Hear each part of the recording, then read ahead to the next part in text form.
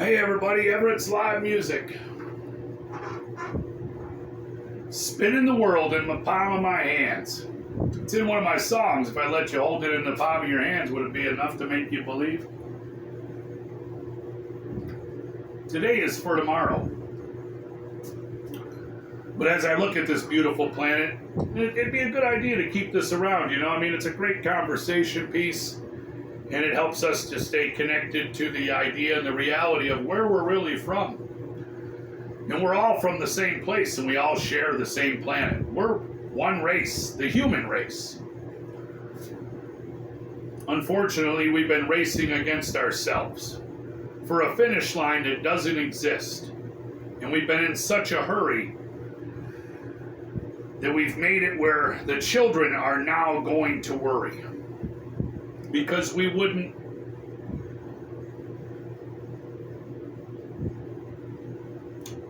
embrace discipline, patience, and you know, some of the things I try to share on my channel, we'll dive right into that, is a kubu and love. I believe that the existential threats we face are anthropogenic climate change, mass extinction, overpopulation, greed, and artificial intelligence. And in order to combat that, we need kubu and love. So I made an acronym: knowledge, understanding, balance, and unity.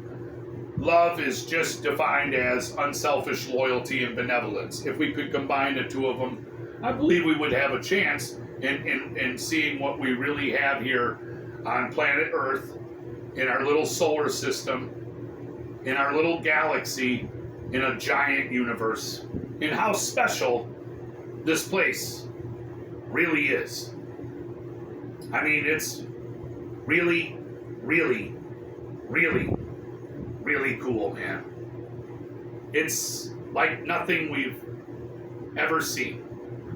As far as we can see, and as much as we've learned, there's nothing like it. So let's get into the kubu: knowledge, understanding, balance, unity. So knowledge being through the understanding through experience and a firm grasp on truth. Quickly defined. Understanding. The ability to comprehend, and through observance and able to pass judgment and judge on certain criteria, situations, subject matter. And with the two of those, so we have our knowledge and understanding, where you can see that's where our intelligence should be focused. And through that, we develop wisdom, you know. And then we come into balance. We know we have the knowledge and understanding because we've done what we've done to this planet. And not everything we've done has been great. A lot of the things we have created quite often are things that are going to hurt us. Our industrial revolution, the blowing of the smoke into the air, the affecting, you know what I mean? You know it's true. Atomic bombs. We made all these things. We continue to spend an incredible amount of money on hurting one another, more than we've ever, you know, truly invested into a level of, balance. So this is true through centuries and centuries of our existence, and it has escalated. So we have our knowledge, our understanding, and then we come to balance. You know, balance. Well, let's go on with a few of the balance. If you were to look at the continent of North America and imagine to yourself all of the United States, all of Canada, and all of Mexico, right? That vast amount of Earth, the planet, and the amount of trees a forest would look like at that, if it covered the whole thing. In the last 10,000 years, we've cut down the size of North America worth of trees, roughly. You'll split a hair there, perhaps. You'll end up with like 2.1 billion hectares, and I think it's going to be 2. Anyways, in an event, that many trees are gone from the planet Earth that would normally existed, we predict. In the last 100 to 150, if you got some information somewhere else, 100 years, the last 100 years, we've cut down half of it. So the size of the United States with Alaska, don't forget, just imagine tree after tree after tree after tree. That much is gone. We've taken that many trees from the face of the planet in order for us to exalt. That's not balance. 10,000 years ago, for mammals on the planet Earth, the wildness was 99%, over 99%, well over 99% was wild. We were less than 1%.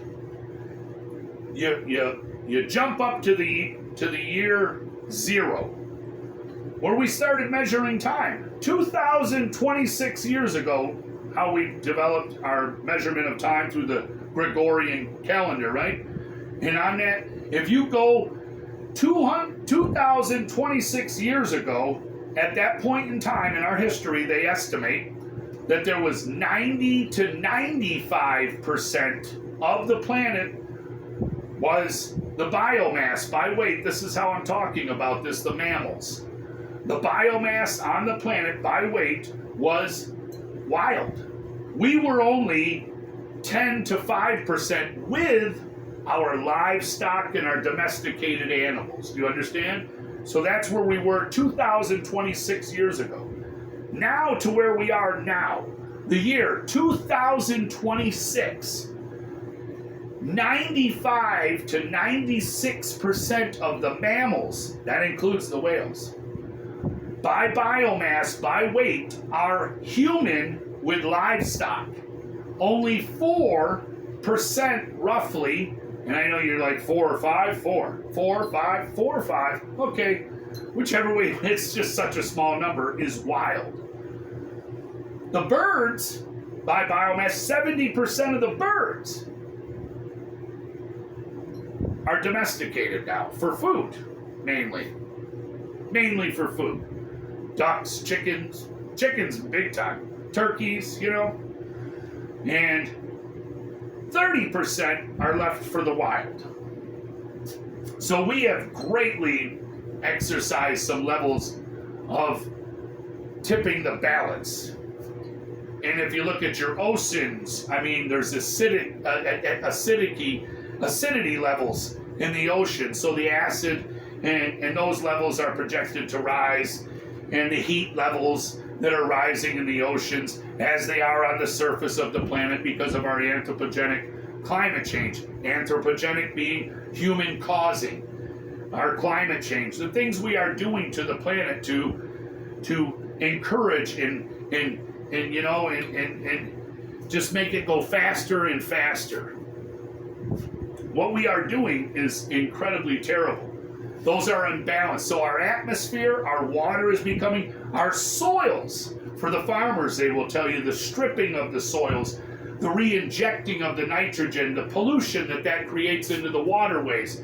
All of this is a great result of the way we have chosen to live. And it's the humanity that we have developed on the planet. So when you think of it like this, you have to understand that's knowledge, understanding, then there's balance. So we've really messed up the balance. And what we're going to need now is unity, which we haven't developed as a race of a people, have we? Because we're constantly in conflict. We're fighting over resources, over financial, over religion. We fought over so much, but what we've never really truly embraced is the beauty of what we have. Like nothing we can see, not in our solar system, not in our galaxy, not in the universe that we know of yet. We have never found anything like this. The vastness of the universe is incredible, and to understand what we've developed from the Hubble to the James Webb to the newest telescope down, I think it's in Chile, down in South America. I mean, that's like the biggest one from Earth that they've made yet. But we haven't found anything like it. Somehow, through the development of what we are in our humanity, we have missed that.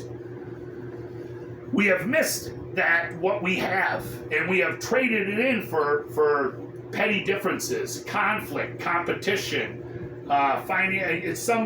Most of what we believe in is imagined. I mean, money's not real. Power is also, it's often influenced on others, and they develop a way of life where they live in fear. How many of us, it's real. So there's a realization of this knowledge, understanding, balance, and what we need for unity to bring us back together. And then what we need is that unselfish loyalty and benevolence to all life. Because the earth worked really well at one time. Yes, it changes. Yes, we have that information as well. Our scientists, oh, look at that. Living intelligence that discovered so much through the scientific process and to understand through radioactive or carbon dating and these different processes they can use, whether in the radioactive they're using like uranium and in the carbon dating, the decaying of the carbon, I think it's C14.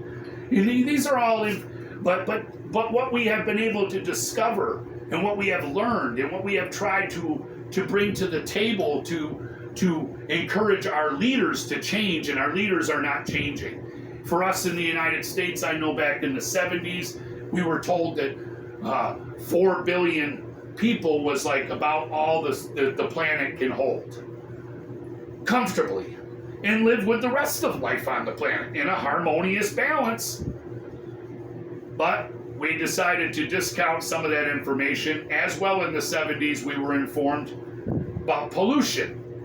And one of the main ones will be on Earth Day, promoted mainly, it's noted that Senator Gaylord Nelson from Wisconsin, he brought forth that Clean Air Act, and that got us going in the right direction for some of that.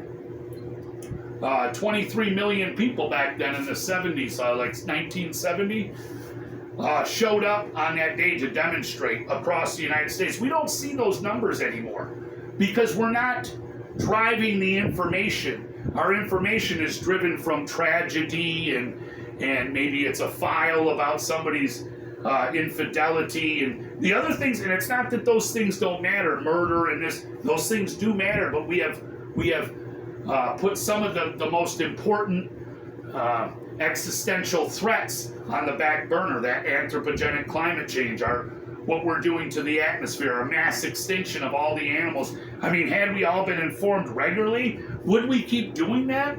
Through the years, we were informed. It's just not, it needs to come forth because this is the true weight of what's going to cause a great difference of effect on our future. So that anthropogenic climate change, the mass extinction, the overpopulation of us, and we were unable to control that. There's been at times, in China they went down to one child birth rates and different things, but there's a need for us to digest the information and put it to use best for the future generations, because that's all we're living for. It's not our technological advancements and it's not our financial investments that make us an advanced civilization, but it is, and it can be, our humanity that makes us that advanced civilization. That's what makes us. And if you could just, for a moment, try to think about what would an alien, I've heard some of these other people talk, they want to know how much power you got, I would think an alien would want to know, what did you do with the planet that you became a part of? It's not like it was given to us. We took it from the other life forms, but what did you do with what you were given? Were you willing to make changes? Were you willing to take care of the many and forego the few? We have not. So we have that anthropogenic climate change, and we have mass extinction, overpopulation. We have the greed, as I was talking about a moment ago, greed. When we get into that, we have, so these are more of unbalanced too, forms of life. That 1% of the population of wealth, the highest 1%, creates 16% of the carbon footprint on the planet compared to the 66% of the lower financially wealthy people. So the 1% wealthy does as much as the lower 66%.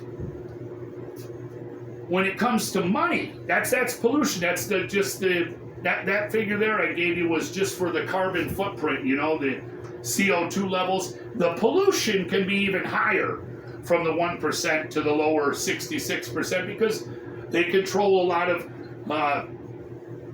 other avenues of life that create different problems throughout our ecosystems and different things, you know, developing and stuff. So we went with just the carbon footprint on that. And then if we were to get into the United States and some of our wealthy people, we would find that Elon Musk, the one person, he owns as much wealth as the lower 53%. So the bottom 53% of the richest country in the world, the United States, only has, if they put all their money together, they'd have as much as Elon Musk. But you got to put all your money together. That's over 175 million people have to put their money together to equal one guy. Then if you took the 1%, the top 1% of our population of the United States, it would take 93% of our roughly 350 million people to equal what 93% of our population to equal what 1%. So that's a great unbalance. And it has been known for a long time, but there's not really a great effort to change this. There needs to be. We need to discuss. We need to talk. We need to in order for the future of us, we need to make ourselves aware, and we need to demand that our leaders start implementing the policies and the new legislation that they have not done over the last 15 years since the Paris Agreement. I don't think it was only through the pandemic that we ever ticked down just a tiny bit on the CO2 emissions, but we have never really gone down. Everybody had such a hissy fit. No, nothing happened bad. What if we could, you know, take a break for a little while? I mean, try to bring that down. We've seen for a short time, but we have never gone like the other direction through our efforts as we live our everyday lives. We have never proven the discipline and the patience that is required to secure a future for our generations, for life on this planet, man. So that's really some things we really should be looking at, and we should really be talking about throughout our communities, you know? The amount of life that was different at one time and how life exists, what it takes to support life. If you lived in the Southwest where I live, they have built so many homes through a mega drought. It is unbelievable what we are going through here in the Vegas Valley, what Phoenix and some of the other southwestern big cities here are facing now. Lake Mead is a reservoir made by us. It's our big one, and it holds 9 trillion gallons. It's below 3 trillion right now. It's down from its fill level 186 feet. It's over 2/3 of the water is gone. And if you went upriver to the next big one, Lake Powell, that holds around 8.5 trillion gallons. It's down 6 trillion gallons. And they keep building, and you keep building, and there's sinkholes, water aquifers are collapsing, and we're not changing course. There has to be a level of awareness and an ability for us as a community and our people to come together. I make songs about it. I try to share. I share in my posts. But we have to want to change the way we live for the future. We can't, and we can keep going, but I think it's going to benefit only the few. Because the few are going to make plans ahead of time. They're going to have it. I think they're going to be informed more than us as some of this, and they're making preparations. And some of the people that are going to suffer the worst is predicted is around the equator. And so many of the people, like you heard in the numbers earlier, I mean, they created hardly none of the problem, you know what I mean? Like the poor, it takes like 66% of us to equal 1% of the damage you're doing, because we don't really, I mean, we are we love our families and our homes, and we don't often desire the lifestyle, and we don't require that. None of us really, what we require is change. And we require leaders that are willing to adopt some of these changes through knowledge, understanding, balance, and unity, and expressing unselfish loyalty and benevolence towards all life on this beautiful planet, dude. We need that. And we're not against one another. Russia, China, we have to find a way past it. And we have to stop getting caught up in some idea of fear-mongering through words of communism and socialism, and stop being so dramatized by some words until you've gotten the facts. We need the facts to back it up, and the facts are our planet is in a... The planet will always be fine, but we are in a desperate moment to change the way we are living, change our humanity, what we have made out of life on the planet with the most intelligent minds. So there's my purpose for this today was to encourage our people to, I mean, listen to some of the songs, try to embrace change, try to encourage conversations, try to, as the elections come, try to find, and we can't just go from one side to the next. We need all sides to come together. We can't keep pulling each other apart. We have to see the reality of those things. Anthropogenic climate change, mass extinction, overpopulation, greed, and AI. The artificial intelligence that's coming. We didn't need artificial intelligence to tell us any of this. Our scientists informed us well in advance, and we just failed to act. We're not preventative. Like if you worked I've worked in water, and they talk about like if you worked at a plant or something, there's preventative maintenance and then there's reactive maintenance. The preventive maintenance is going to save you so much money. Not only that, you're not going to have the pumps break down on a night in the middle of the night, and you'll have to rush in there because you've been monitoring, and you know the dates, and you know the lifespans, and you replace the bearings, and you grease, and you exercise the necessary components of your apparatuses that are going to give your infrastructure the desired water. So if we do not live our lives in some form, fashion like that, then you're on that reactive side. So when things break, now it's days without water, and it could be worse because it was a compounded problem, and we have to be ready to face what we've done, accept that there's so many mistakes we've made in the history of our humanity. We are young as a species. Our intelligence has gotten the best of us, and we have, I believe, definitely lost the direction that we needed to be in order to preserve life on this planet for the future in a most comfortable manner. Now we are facing an era in front of us where there will be changes. We still have some time, but we have to act now. So get together, talk, group up. Let's push for change, man. Let's push for change. Our today is for their tomorrow. There's a lot of these things I've said today, that are in my songs. So if you took some time, check some of that out. Peace.